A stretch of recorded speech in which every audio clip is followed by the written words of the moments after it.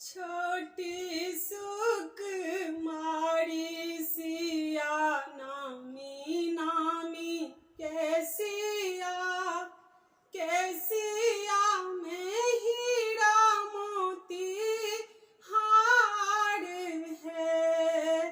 छोटी सुक मारी सिया नामी नामी कैसिया कैसिया में हीरा मोती हार है। सुंदर सिया के झबरल कैसिया कैसिया में लाखों मोती हार है। सुंदर सिया के झबरल कैसिया कैसिया में लाखों मोती हार है।